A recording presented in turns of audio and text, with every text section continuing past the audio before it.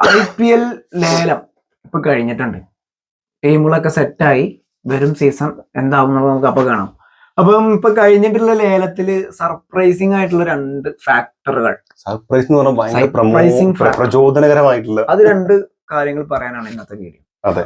ഒന്ന്, നമ്മുടെ 13 വയസ്സുള്ള 13 വയസ്സുള്ള പേരെന്തായിരുന്നു? വൈഭവ് എന്ന് പറയുന്ന 13 വയസ്സ് പ്രായമുള്ള ഒരു പ്ലെയറിനെ രാജസ്ഥാൻ റോയൽസ് 1.10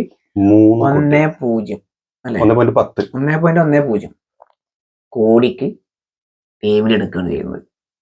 അപ്പം അവനെങ്ങാനും കളിക്കാൻ അവസരം കിട്ടിയാൽ അത് റെക്കോർഡായിരിക്കും.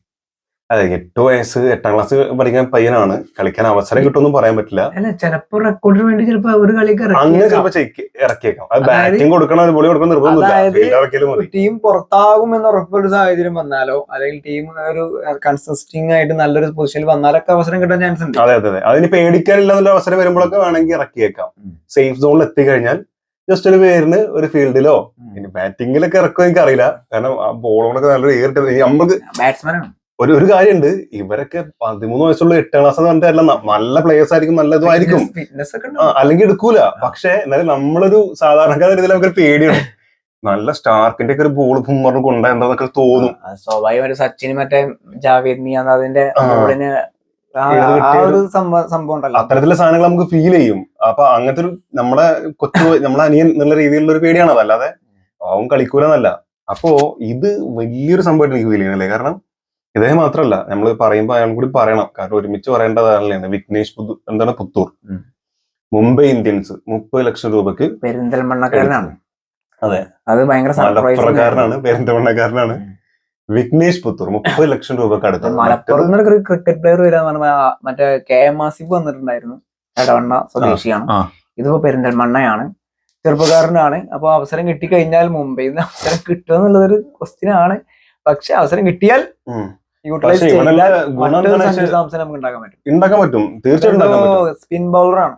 ഇതിന്റെ ഒരു ഗുണം എന്താ വെച്ച് കഴിഞ്ഞാല്, ഇത്തരത്തിലുള്ള മുംബൈ ആണെങ്കിലും RR ആണെങ്കിലും അതിലേക്കൊക്കെ വരുമ്പോ ഒരു കിട്ടണ ഒരു ഭയങ്കര നല്ലൊരു അക്കാദമിയിൽ ചേർന്ന പോലത്തെ ഒരു ഫീലാണ്. നല്ലൊരു ട്രെയിനിങ്, 4 മാസം എന്താ പറയാ, ലെജൻഡറി ആയിട്ടുള്ള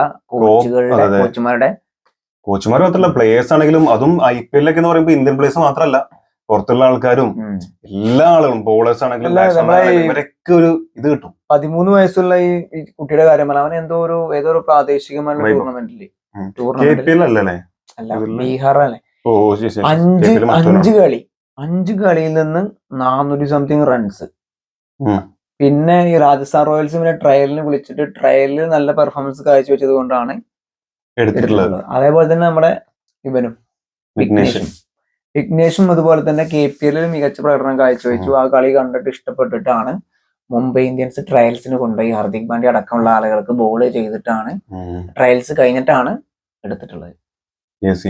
പിന്നെ നമ്മുടെ ഈ 13 വയസ്സുകാരന്റെ ഫാമിലിയെ കുറിച്ച് പറയണം. ഫാദർ ഭയങ്കര സപ്പോർട്ടാണ്. അത് മാർക്ക് പറഞ്ഞാലും പ്രശ്നമില്ല. അതായത് പഠിക്കാതെ കളിച്ചു നടന്ന പയ്യെന്നാണ് പറയണേ. അതായത് നമ്മള് വീട്ടിലൊരു 10ാം ക്ലാസ് പഠിക്കുന്ന കുട്ടി കുറച്ച് മാർക്ക് കുറഞ്ഞ് കളിന്റെ പിന്നാലെ പോയി കഴിഞ്ഞാൽ പാരന്റ്സിന് പേടിയാണ്. നമ്മളെപ്പോഴും രസമായിട്ട് പറയും, അതായത് മെസ്സി കേരളത്തിലായിരുന്നെങ്കിൽ PS നിർബന്ധമാക്കിയനെയും, അത് കല്യാണം കഴിക്കാൻ പോകുമ്പോ മെസ്സി ഇന്റർനാഷണൽ പ്ലെയർ എന്ന് പറഞ്ഞാലും ഗവൺമെന്റ് ജോലി ഉണ്ടോ എന്ന് ചോദിക്കുന്ന രീതിയിലുള്ള ഒരു അവസ്ഥ ഉണ്ടായിരുന്നു. പക്ഷെ ഇത്തരം സാഹചര്യങ്ങളിലൊക്കെ മെല്ലെ മെല്ലെ ഇങ്ങനെ മാറി വരികയാണ്. ചിലപ്പോ പഠിക്കാൻ വളരെ ബുദ്ധിമുട്ടുള്ള ഇവന്റെ ഫാദർ കുട്ടികൾ ഉണ്ടാവാം. കൃഷിസ്ഥലം വിറ്റിട്ടാണ് ഈ പറയുന്ന ട്രെയിനിങ്ങിന് അയച്ചത്. കൃഷിസ്ഥലം വിറ്റിട്ട്. അപ്പം അതൊക്കെ ഒരു ഭയങ്കര എന്താ പറയാ, ബോൾഡ് ആയിട്ടുള്ള തീരുമാനമാണ്. അതാണ് വൈത്തിരിവാകുന്നത്. അപ്പൊ ഈ പെരിന്തൽമണ്ണക്കാരന്റെ കാര്യം പറഞ്ഞാലും ഫാദർ ഒരു ഓട്ടോറിക്ഷക്കാരനാണ്. അപ്പൊ അവരുടെ ഫാമിലിയിൽ നിന്ന് കിട്ടുന്ന സപ്പോർട്ട് തന്നെ ആവാം ഇത്തരത്തിലുള്ള ആളുകൾ. അപ്പം പുതിയ ആളുകൾ ഉയർന്നു വരുന്നത്. അപ്പൊ നമുക്ക് സന്തോഷമാണ്. അവസരങ്ങൾ ഉണ്ടായിട്ടും സാഹചര്യങ്ങൾ കൊണ്ട് പോകാൻ പറ്റാതെ നഷ്ടപ്പെട്ടു ഒരുപാട് ആളുകളുണ്ട്. ഇവിടെ അവസരങ്ങൾ കറക്റ്റായിട്ട് വരുന്നു, കറക്റ്റ് സമയത്ത് വരുന്നു, അത് റിസ്ക് എടുത്ത് അത് നേടിക്കൊടുക്കാൻ വേണ്ടി ആളയക്കുന്നു. കിട്ടുമെന്ന് ഉറപ്പില്ലല്ലോ. എന്തായാലും പോയി നോക്ക്, ശ്രമിച്ചു നോക്ക് എന്ന് പറയുമ്പോൾ, അത് കൃഷിസ്ഥലം വരെ വിട്ടിട്ടൊക്കെ വിടുക എന്നൊക്കെ പറയുമ്പോൾ, അതൊക്കെ ഈ പറഞ്ഞ പോലെ ഭയങ്കര ബോൾഡായിട്ടുള്ള തീരുമാനം തന്നെയാണ്. ഒരു മലയാളി എന്ന നിലയിൽ ഈ IPL ഭയങ്കര പോസിറ്റീവാണ്. ഇപ്പം ഈ പെരിന്തൽമണ്ണക്കാരനാണെങ്കിലും സഞ്ജു സാംസൺ കൂടെ ഇവിടെ ഉണ്ട്. വിഷ്ണു വിനോദിനെ പഞ്ചാബ് എടുത്തു. നമ്മുടെ സച്ചിൻ ബേബിയെ സൺറൈസേഴ്സ് ഹൈദരാബാദ് എടുത്തിട്ടുണ്ട്. ഇന്ന് അവർ ഫേസ്ബുക്കിൽ പോസ്റ്റ് ചെയ്തിട്ടുണ്ട് സച്ചിൻ ബേബിയെ ഫോട്ടോ വെച്ചിട്ട്. അപ്പം അതിന്റെ അടിയിൽ കമന്റ് വായിച്ചാൽ നല്ല രസമാണ്. നിങ്ങൾ എടുത്തൊക്കെ കൊള്ളാം, പക്ഷെ ചാൻസ് കൊടുക്കണം, ചെക്കന് ചാൻസ് കൊടുക്കണം പറഞ്ഞിട്ട് കമന്റ് ഇങ്ങനെ വന്നിട്ടുണ്ട്. സച്ചിൻ ബേബിനെ സംബന്ധിച്ചിടത്തോളം ചാൻസ് കിട്ടേണ്ട അവസ്ഥയാണ്. ചാൻസ് കിട്ടിയ കളികൾക്ക് അത്യാവശ്യം അവറേജ് പെർഫോമൻസ് കാഴ്ചവെച്ചിട്ടുണ്ട്. ഇവിടെ വൈഭവിന്റെ കാര്യത്തിൽ എന്ന് പറയുമ്പോൾ ഗുണം എന്താ വെച്ചാൽ പണ്ട് മെസ്സിനെ ബാഴ്സലോണ എടുത്ത പോലെ മെല്ലനെ വാർത്തെടുക്കാൻ പറ്റും. ഈ ഒരു മാസം ട്രെയിനിങ് കൊടുത്ത് വയസ്സിൽ ബുംറ മുംബൈയിൽ വന്നതാ.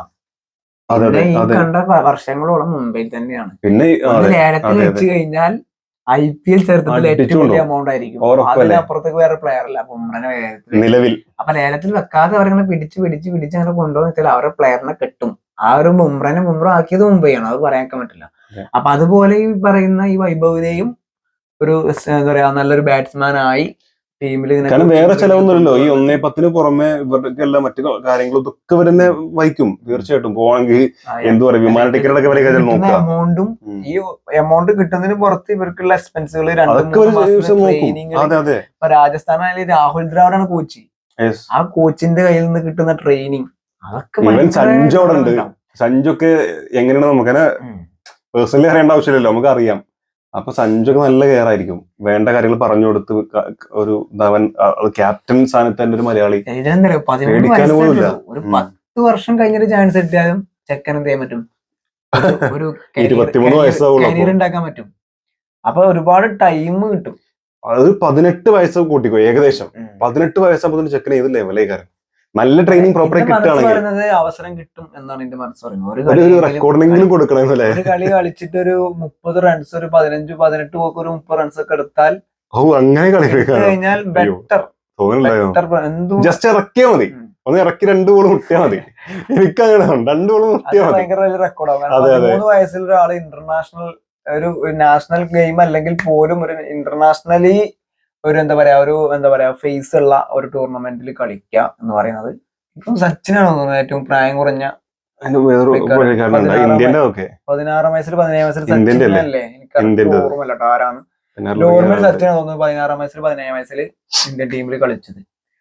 അപ്പൊ എന്താണെങ്കിലും ഇങ്ങനെയുള്ള പുതിയ പ്ലേയേഴ്സ് ഇന്ത്യയിൽ നിന്ന് വരട്ടെ. അതെ, വിഘ്നേഷ് ആണെങ്കിലും ഇതുപോലെ ചാൻസ് കിട്ടട്ടെ, ഒരു കളിയെങ്കിലും മര്യാദയ്ക്ക് കളിക്കട്ടെ. ബാക്കിയുള്ളവർക്ക് ഇവരുടെ കാര്യത്തിൽ കളിക്കണം, ഫുൾ പ്രോപ്പർ ആയിട്ട് ഫുൾ കളിക്കണം ഒന്നും വേണ്ട. ഇവർക്ക് ആ ട്രെയിനിങ് കിട്ടുന്നുണ്ടല്ലോ, അതേ വലിയ കാര്യം.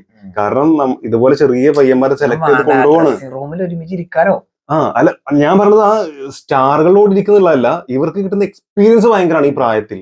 അത് ഇപ്പൊ വിഘ്നേഷിന്റെ കേസിലും അതാണ്. വിഘ്നേഷിന് സൂര്യകുമാർ യാദവ്, ബുംറ, ഹാർദിക് പാണ്ഡ്യ, രോഹിത് ശർമ്മ ഇവരുടെ കൂടെ ഒന്നിരിക്കാം, യാത്ര ചെയ്യാം, ഭക്ഷണം കഴിക്കാം, ട്രെയിനിങ് ചെയ്യാം. മാത്രമല്ല ട്രെയിനിങ് ചെയ്യാൻ ഓരോ എവിടെയെങ്കിലും യൂട്യൂബിലോ മറ്റു കാര്യങ്ങളോ പറയുന്ന ഡയലോഗ് അല്ലാതെ ഡയറക്റ്റ് അവരൊന്ന് മെസ്സേജ് കിട്ടുക, അവരെന്തെങ്കിലും ചില പോയിന്റ്സോ ട്രിക്സോ പറഞ്ഞു കൊടുക്കുക, ഇതൊക്കെ ലൈഫിൽ ഭയങ്കരമായിട്ട് യൂസ് ആവും. എക്സ്പീരിയൻസ് ആണ്.